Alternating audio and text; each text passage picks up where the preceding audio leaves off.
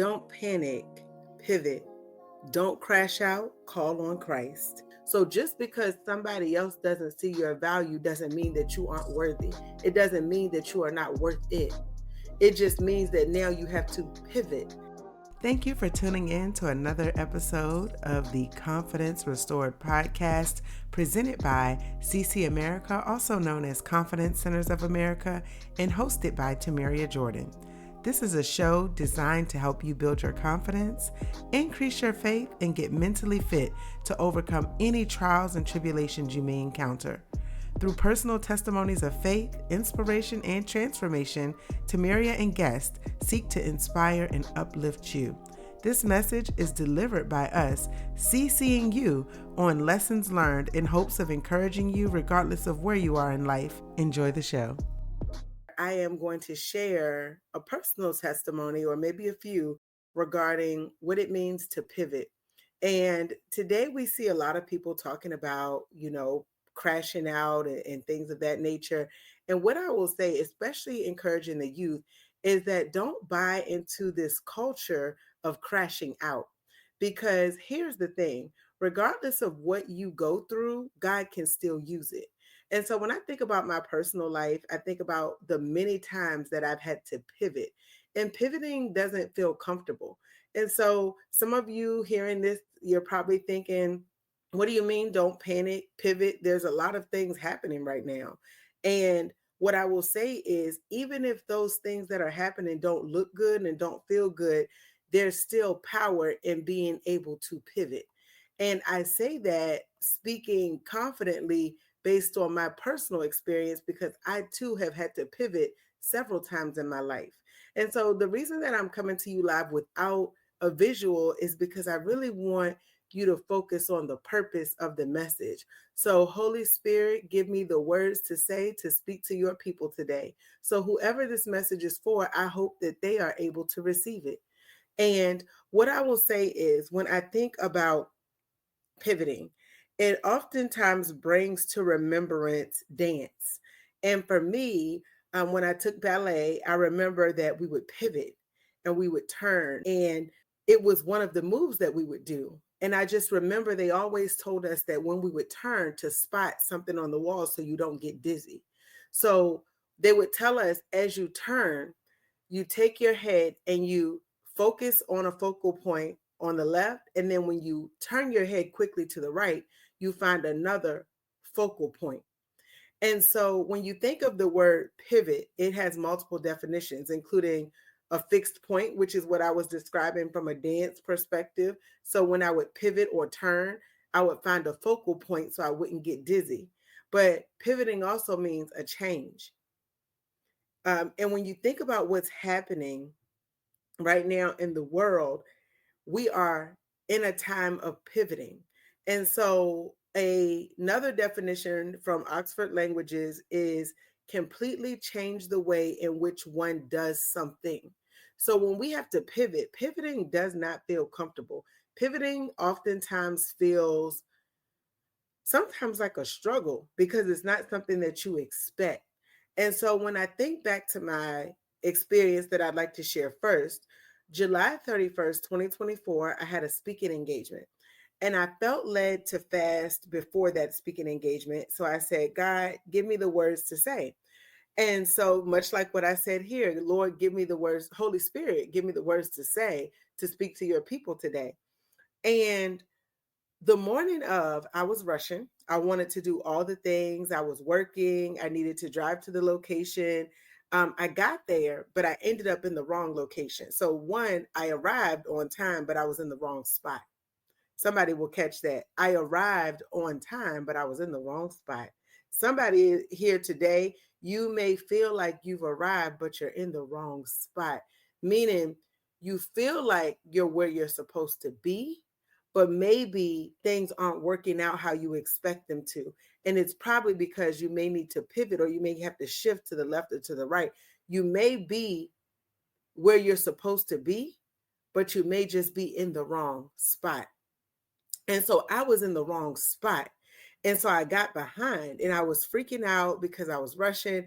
And then I forgot my laptop because I saw someone in the presentation earlier that morning before leaving home. And I said, oh, you know what? Someone at the college, they're looking at my presentation. I should be good to go. Like I'm squared away. I haven't heard otherwise. It's okay if I don't have my presentation. Well, needless to say, upon arrival, we were rushing to figure out how they would display my presentation because their technical expert no longer worked there. And so naturally in my mind, I'm like, okay, what am I going to do? How am I going to pivot to be able to deliver this keynote address? And so we tried some alternative options and finally we agreed on a plan. So when it was time for me to speak, I was thinking my presentation is going to work. And guess what happened? It didn't work. No slides. And I kept looking at the control room, hoping that they would figure it out and the slides would be displayed. But when I noticed they weren't, I knew in my heart that God would lead the way because I had asked God, like I said, I had fasted before this event. I was the keynote speaker. And I was like, okay, God, I don't know how this is going to go. I had a plan, but God had me pivot. And what I will say is, when I pivoted, God delivered. And the message was titled The Power of One, where I encourage the student interns, the city staff, and guests to really appreciate perspective shifts and one's experiences. When you think about the bridges that are built from one relationship and the life changes that can happen from one decision. So I had to pivot on a dime, but I was prepared because it was my time.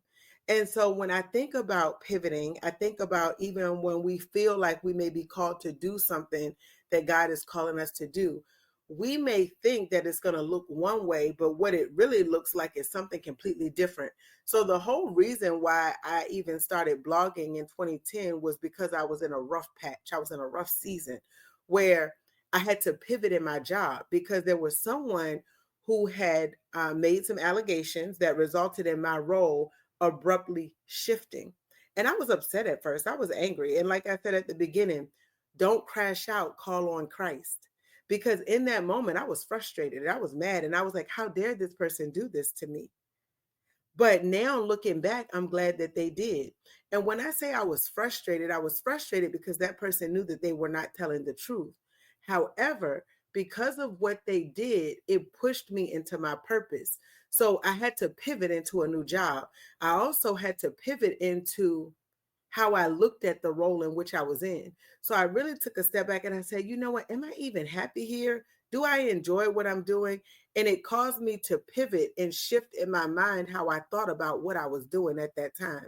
And so I said, you know what? I'm only going to apply for jobs in training and development because I had taken a personality test in 2010 and it said, this actually would fit you well. And so in the moment when I first received the news, I wanted to panic because I was nervous and I was just like, okay, God, why is this happening? And I was frustrated thinking, why me? And when I think about First Corinthians chapter 14, verse 33, King James Version says, for God is not the author of confusion, but of peace, as in all churches of the saints. I didn't have peace, but I knew I had to pivot. And while I was frustrated, while I spoke truth to power, I knew I still had to make some decisions. And so I made a decision that I was only going to apply for certain types of jobs. And I got turned down 10 plus times. Every time I applied, I was told no, but I didn't stop. And so when I think about the fact that I didn't stop back then, it opened up many doors because it taught me valuable lessons. I learned that who I was wasn't tied to a job title. Somebody else will catch that. That will bless someone. When we think about what's happening, even for federal workers and other people, who you are is not tied to your job title. But the skills and the experiences and the things that you have learned from where you have been will help you as you continue on in this journey called life. So just because somebody else doesn't see your value doesn't mean that you aren't worthy. It doesn't mean that you are not worth it. It just means that now you have to pivot. And sometimes in that pivoting is where we learn where our purpose lies and we start to feel what we need to feel and we start to do the things that we know is in our heart to do. And we may not feel comfortable doing it, but we know that there's a change that has happened and we have to do something different. And so when I think about that situation, I said, okay, I'm going to focus on training and development because I want to help people. I want to be a light in a dark space. I want to be able to share my testimony and encourage people as they go through their life situations. And it's where my passion came from for what I'm doing now. So back in 2010, I said, I want to be someone who inspires the lives of others through service, dedication, and faith. And I really wanted to figure out, well, how do I get to do that? How am I going to do that? Who's going to listen to me? But what I will tell you is, whoever you're meant to reach, that's who you will reach. It doesn't matter if, everyone is on board. It doesn't matter if people understand why you do what you do. But if God gives you a gift, it's because he wants you to use that gift. He wants you to use that gift to speak to his people and to encourage them. We don't go through the things we go through just for us. So when I pivoted, it gave me a new redefined focus. And so I decided to focus on that which would make me better. And when you think back to the book of Esther, specifically Esther 4, when Esther was chosen as the queen, she did not anticipate what was coming.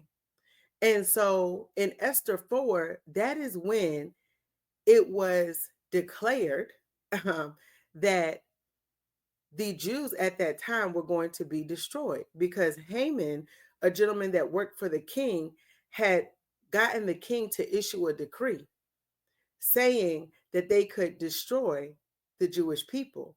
But in Esther chapter 4, verse 10, it reads, Again Esther spake unto Hattash and gave him commandment unto Mordecai. All the king's servants and the people of the king's provinces do know that whosoever, whether man or woman, shall come into the king and into the inner court, who is not called, there is one law of his to put him to death, except such to whom the king shall hold out the golden scepter that he may live. But I have not been called to come in unto the king these 30 days. And they told to Mordecai Esther's words, because Mordecai essentially was telling Esther, hey, I need you to talk to the king. Because in verse 8, he gave the copy of the writing of the decree that was given at Shushan to destroy them, to shew it unto Esther and to declare it unto her and to charge her that she should go unto the king to make supplication unto him and to make a request before him for her people. So Mordecai said, Esther, I need you to go in and talk to the king. I need you to make a decree for your people. And so Esther, when the message came to her from Hattash, she's like, wait a minute, I haven't been called into the king's quarters. And if I go into the king's quarters without being called, I could be killed. And when Hattash went back to Mordecai and delivered those words, Mordecai commanded to answer Esther in verse 13, Think not with thyself that thou shalt escape in the king's house more than all the Jews. For if thou altogether holdest thy peace at this time, then shall their enlargement and deliverance arise to the Jews from another place. But thou and thy father's house shall be destroyed. And who knoweth whether thou art come to the kingdom for such a time as this? And when we think about what's happening now, there are individuals who may be in a position of power that may be afraid to speak because they think to themselves, well, if I go to the king, and follow along with me now, if I go to the king, if I go to the people in the position of power, if I speak truth to that power, I may be harmed. So Esther was like, if I go talk to the king, I may be killed. Right now, some of you may feel like, you know what, I may lose my job. I may be in a difficult situation if I speak truth to power. But what Mordecai reminded Esther in that time is, don't think that you are exempt because you too are a Jew. And so he told her in verse 14, if thou altogether holdest thy peace, then shall their enlargement and deliverance arise to the Jews from another place. And so when we think about pivoting, Esther became the queen as a replacement for Queen Vashti. But I'm pretty sure Esther wasn't thinking that that was going to be the type of pivot that she would experience, that her people would be essentially in this position at this time. But she was in a position to be able to help her people.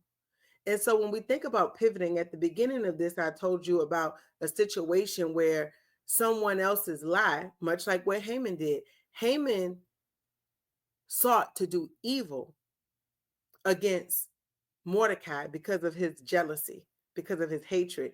And he wanted Mordecai and his people destroyed because Mordecai would not bow to Haman. And so now what some of you may be seeing is people who aren't willing to bow are sometimes cast down. And that looks different in a multitude of ways. But when we think about the lesson that we can get, that we can glean from the Bible in Esther, is that God will prepare another way. And so Esther was in the king's palace. She was in the king's palace, but she didn't realize that she was there for a specific purpose. So she had to pivot. And some of you today, you're finding that you have to pivot, and you may not understand why you're having to pivot. It doesn't feel good, but when you take a step back, or maybe when you get to where you're going, you're going to realize that that pivot was to push you into your purpose. And so when I think about life in general, I'll share one other example. When I was writing the book Faith, Pray, Obey, ironically, when I originally got the title for the book, it was in February. It was February 26, 2024. Well, fast forward, I started it and then I stopped. Well, days and months, I should say, went by, and I completely forgot where the original manuscript for the book was.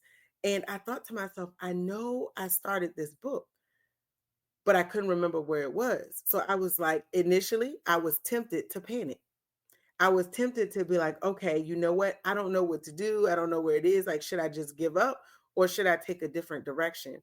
And when we think about panicking, you get anxious and you worry and you try to figure out all the pieces and you try to understand how you're going to do what you need to do, because panic comes when there's sudden uncontrollable fear or anxiety. And sometimes it causes, according to the definition, wildly unthinking behavior. And so for me, I was like, okay, I can't find what I'm looking for. And think about what's happening now. Some of the decisions other people are making about other individuals' lives is causing sudden, uncontrollable fear or anxiety. It's causing wildly unthinking behavior. And you may remember I also said, don't panic. And the reason I say don't panic is because, again, we're in a culture of crashing out. And we don't have to crash out when we know we can call on Christ. And so when we think about panicking, we think about anxiety and fear. Granted, when I was writing the book, I wasn't feeling fear, but I was feeling anxious because I was like, shucks, I feel led by the Holy Spirit to write this book, but I have to start over. And so I knew at that time in February of 2024 that the book was going to be called Faith, Pray, Obey. And what I noted was it would be a devotional journal where, seeking God, she found herself. That's what I thought it was going to be. Well, fast forward to April, around April 26, 2024, when I felt led to write the book, I was like, okay, well, I can't find my original manuscript. So I was tempted to panic and be anxious and be worried. And I say I wrote the book in record time because I did, because I wrote it with the Holy Spirit. And I said, okay, how am I going to write this book in a short amount of time? But I did, in spite of traveling for 9 weeks in the summer, working full time. I would oftentimes write in the middle of the night. So I say I wrote the book with me and the Holy Spirit. It does not contain any generated content from artificial intelligence, but it really was more so about, okay, God, what do you want me to do? And when I think about not panicking, I think about um, the power of the pivot. So God had me pivot, and I changed the focus of the book to 40 Keys to Unlocking Spiritual Freedom. And what I was led to read was Exodus. So think about what happened with Moses and the people that he was trying to free. There was plagues that happened. There were things that happened that God was protecting his people from, but Moses had to continually pivot. He had to be able to listen to God, but he had to be willing to pivot on a dime based on what God told him to do next. And so when I think about pivoting and I think about life, I think about the fact that wherever we are, God has prepared us for it. So wherever you are, God has prepared you for it. The experiences, the knowledge, the people that you've met along the way, they were all preparation for where you are today. And it may take a little while to get back on your feet, but know that you have the skills, you have the knowledge, you have the experience, and you have the ability because God has given it to you. And even in the midst of other people telling you what you can and can't do, you can continue to believe that God has got your back. So in 2 Corinthians 4, verses 6 through 9, it says, "For God who commanded the light to shine out of darkness hath shined in our hearts to give the light of the knowledge of the glory of God in the face of Jesus Christ. But we have this treasure in earthen vessels, that the excellency of the power may be of God and not of us. We are troubled on every side, yet not distressed. We are perplexed, but not in despair, persecuted, but not forsaken, cast down, but not destroyed." You will not be destroyed by the situations that you go through. There is something that is waiting on the other side for you. And as much as individuals think they can control your life and they can control the outcome of your life, the only person that is able to do that is God. God is all knowing. God is all powerful. There are people who try to play the position of God in your life and trying to dictate how you move and how you operate. But the truth is, if you keep your faith in God, He can deliver you out of the hands of your enemies. He can deliver you out of that situation that you're in. So much like what I wrote on page 15 in Faith, Pray, Obey, you may have a bitter cup today, but that doesn't mean you can't or will not have a bountiful cup tomorrow. It doesn't mean that you can't pivot. It doesn't mean that your life doesn't have purpose. It doesn't mean that where you are now is where you will always be. So what I encourage you to do is focus on the promise, focus on the positive. Because when we think about the word panic, it speaks to anxiety and to fear. But 2 Timothy 1:7 says, "For God hath not given us the spirit of fear, but of power and of love and of a sound mind."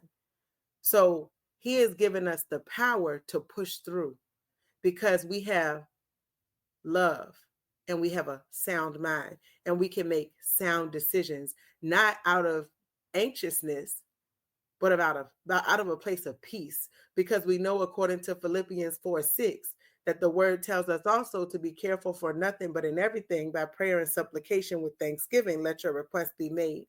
And one thing I forgot to mention earlier when I shared my story of having to pivot because of what someone else said, it actually also resulted in a loss of income. Matter of fact, it was 10% of my income at the time. It was a 10% decrease and a shift and a pivot in responsibility, all because someone did not appreciate the truth being made known. And in spite of my proof, they didn't care about my truth.